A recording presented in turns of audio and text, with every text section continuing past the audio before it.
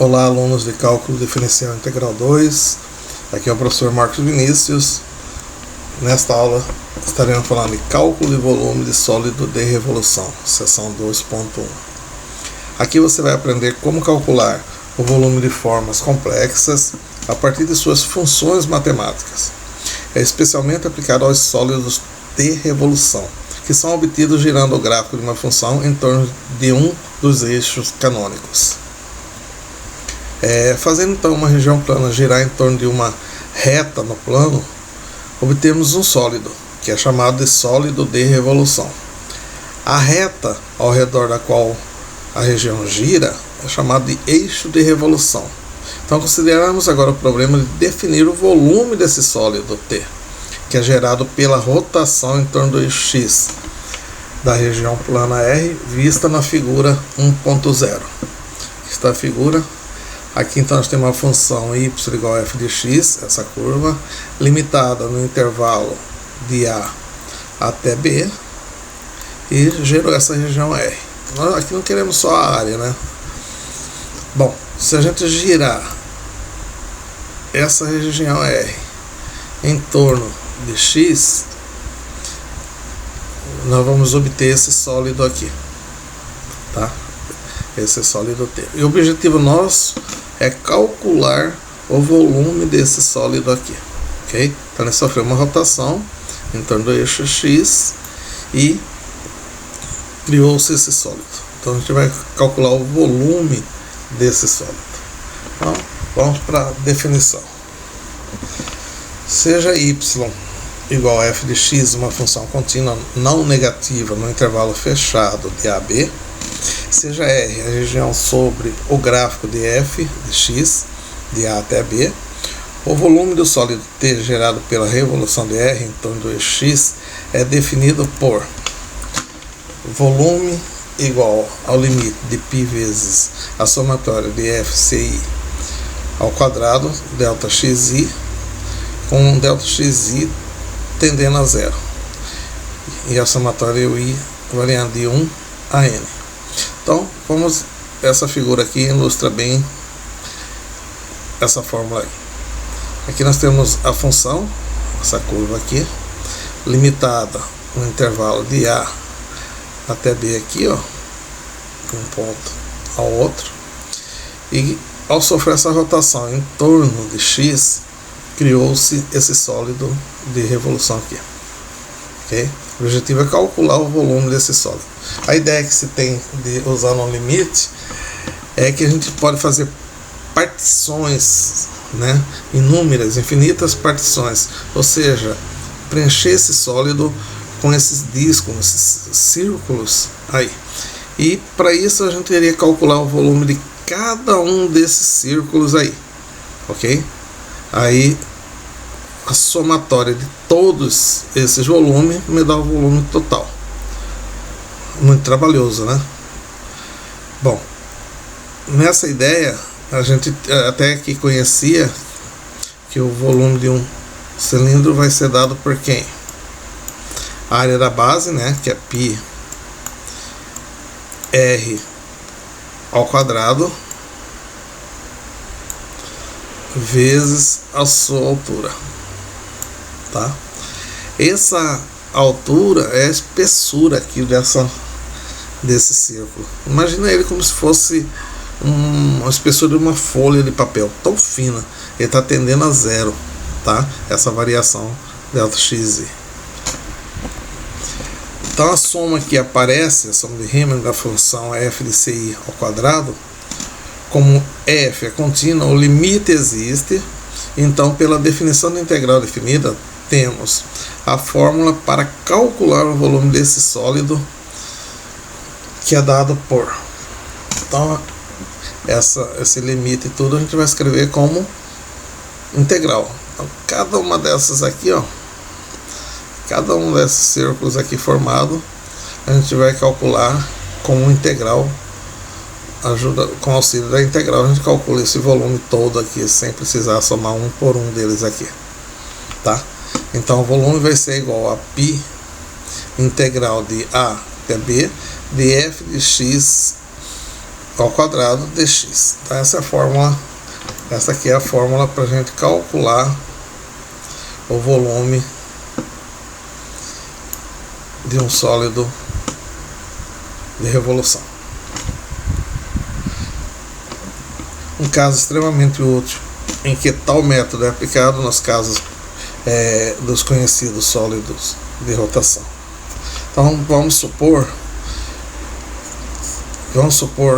uma função qualquer f de x girando em relação ao eixo x, tá? Então vai sofrer uma rotação em torno de x. Obtemos um objeto de formato arredondado realizando um corte em qualquer ponto x, i. Aqui nós temos vários pontos, né, entre A e B. Obteremos um círculo de raio f de x, i. Então o meu raio é essa altura aqui, ó, até tocar a superfície, até a superfície da função, ó, tá? E portanto a área vai ser igual a π f de xi ao quadrado. Então a gente está trocando o raio que a gente conhecia. O raio nosso aqui é essa altura, tá? Essa aqui é a espessura que está tendendo a zero. Eu falei para vocês imaginarem como se essa espessura aqui fosse uma folha de papel tão fino. Seria que o desenho está maior só para visualização, mas é como se fosse infinitos círculos aqui dentro dessa sólido, com a espessura de uma folha de um papel, por exemplo. Então percebam que não há exigência alguma de que a rotação seja realizada em torno somente de x. Ela também pode ser realizada em torno do eixo y. E no caso, o raio da circunferência será a distância da função ao eixo y. Com um pouco mais de trabalho, é possível realizar rotação em torno do eixo qualquer, marcando a distância entre o gráfico da função e o eixo desejado, tá? Então a ideia é que você tem essa aqui, ó, formar esses inúmeros círculos, né, e calcular a área individual. Para isso, a gente vai substituir todo esse método do limite pela integração. Vamos ver o volume, como que ficaria então em torno de x e de y. O volume V de um sólido de revolução obtido com a rotação em torno do eixo x da região entre a reta y igual a zero e o gráfico da função f de x para o intervalo fechado de A a B é dado por. Então essa é a fórmula. Volume é igual a π vezes a integral de f de x ao quadrado de x no intervalo AB. Para rotações em torno de y, teremos que o volume vai ser igual a π vezes a integral de g de y ao quadrado de y de AB, tá? Onde esse g de y é a distância do gráfico da função até o y. Vamos ver exemplos aqui. Esboço e calcule o volume de um sólido de rotação obtido girando-se a região limitada entre o gráfico da função f dada por f de x igual a raiz quadrada de x em torno do eixo x e as retas y0 e x igual a 1. Então primeiro a gente vai fazer o esboço do gráfico em torno do eixo x. Aqui está. Então aqui nós temos a função, tá? Aqui nós temos a função, tá vendo? Y igual a f de x. Essa seria a nossa, então, a região R, né? E quando ela sofrer essa rotação em torno aqui em torno de x, ela vai gerar vai criar esse sólido aqui de revolução. E nós queremos calcular o volume desse sólido aqui, tá? Lembrando que o limite de integração está indo de 0 até esse ponto aqui que é x igual a 1, tá? Então de 0 até 1, ok? Para isso nós vamos utilizar a primeira fórmula que nós vimos aqui, em torno do eixo x, esta aqui, ó, tá? Então, o volume é igual a π integral de f de x quadrado dx de a b. Na fórmula a gente está substituindo a função f de x, eu conheço, é a raiz quadrada de x, está aqui. E o intervalo AB eu também conheço, é de 0 a 1. Então é isso que eu fiz aqui, substituímos. Próximo passo, antes de integrar, é ajeitar essa expressão aqui. Como nós temos o índice do radical é igual ao expoente, nós podemos eliminar o radical, tá? Então vai ficar volume igual a π integral de x dx no intervalo de 0 a 1. A integral de x dx é x quadrado sobre 2, né? É imediata, né? Então vai ficar π vezes x quadrado sobre 2 no intervalo de 0 a 1. Aqui a gente vai resolver na onde tem x, a gente vai substituir pelo limite superior e subtrair do limite inferior. O inferior aqui não vai precisar, porque é 0 ao quadrado é 0 dividido por 2 é 0, vezes π vai dar 0. Então vamos preocupar só com o limite superior. Quando a gente faz substituindo, ó, 1 ao quadrado é 1, tá? Vezes π é π sobre 2. Então o volume é igual a π sobre 2 unidade de volume. Então, o volume desse sólido T aqui, ao sofrer essa rotação. Ok? Próximo exemplo.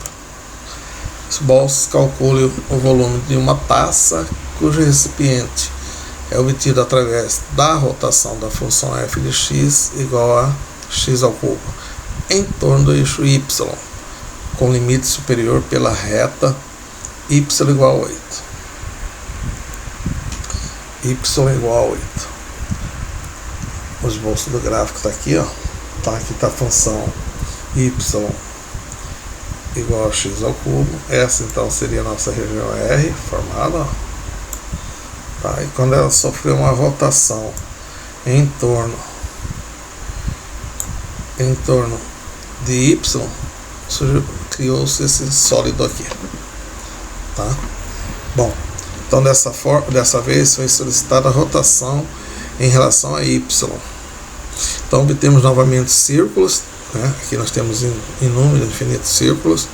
Como antes, precisamos definir seus raios. Então, entretanto, para cada y que escolhemos entre 0, aqui, ó, entre 0 e 8, temos o raio equivalente ao valor de x em função de y. Isto é, se y é igual a x ao cubo, então x vai ser igual a raiz cúbica de y. Isolando o x da função aqui, nós temos x igual a raiz cúbica de y, que marca o raio. Tá? Esse pedacinho aqui, ó, marca o raio, tá? É a função g de y até o y, né? É a função g de y até o y aqui, ok? Bom, notemos que agora que os pequenos que se aproximam serão áreas em função de y multiplicado por delta y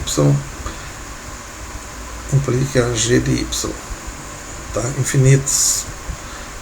Portanto, nós vamos usar a segunda fórmula, que é essa aqui. Volume é igual a π integral de AB de g de y ao quadrado de y. A minha g de y é esse cara aqui que nós acabamos de ver. G de x, x é igual a raiz cúbica de y, tá? Então essa é a minha g de y. No lugar de g de y, eu coloquei aí a função dada, raiz cúbica de y ao quadrado de y. O intervalo de AB é limitado de 0 a 8, tá? Limitado de 0, tá? De 0 até 8. Então tá aqui. antes de resolver, devemos calcular a integral, devemos resolver essa expressão aqui. Então, o volume vai ser igual a π integral de y elevado a 2/3 dy. Tá? Eu já joguei na fórmula direto de propriedades radicais. Tá? Essa aqui é uma integral imediata, integral de y elevado a 2/3 dy é y elevado a 5/3 dividido por 5/3. Como é fração, a gente já inverte aqui, ficou 3/5 de π, no intervalo de 0 a 8. Então o volume vai ser igual a 3π sobre 5 vezes, no lugar do y, colocamos um limite superior, 8 elevado a 5/3. A mesma coisa o limite inferior, vai dar 0, então não precisa se preocupar com isso aí. Então, ajeitando essa expressão aqui, nós temos 3π sobre 5 vezes raiz cúbica de 5/8. Agora, só calculando isso aqui, raiz cúbica de 8 a quinta vezes 3, nós teremos 96π sobre 5, unidade de volume. Então, esse corresponde ao volume dessa taça que foi dado no exercício, quando sofreu uma rotação em torno de y. Ok? Em seguida tem alguns exercícios, tá? Para usar como respostas aqui do lado, tá? Tentem esboçar o gráfico para ter uma ideia melhor. Use o GeoGebra, tá? É uma ferramenta importante, até mesmo para vocês visualizarem essa rotação que se dá.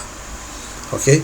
E nesses exercícios vocês irão resolver o número 1 e o número 4, escanear e mandar para mim até o dia 1º do 4, valendo aquela avaliação formativa, tá? Continuidade delas. Tá? E aqui alguns comunicados, tá?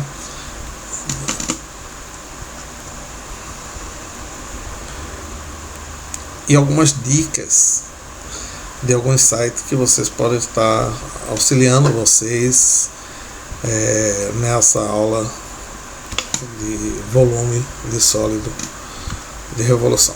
Ok? Bom estudo, um grande abraço e até o próximo vídeo aula.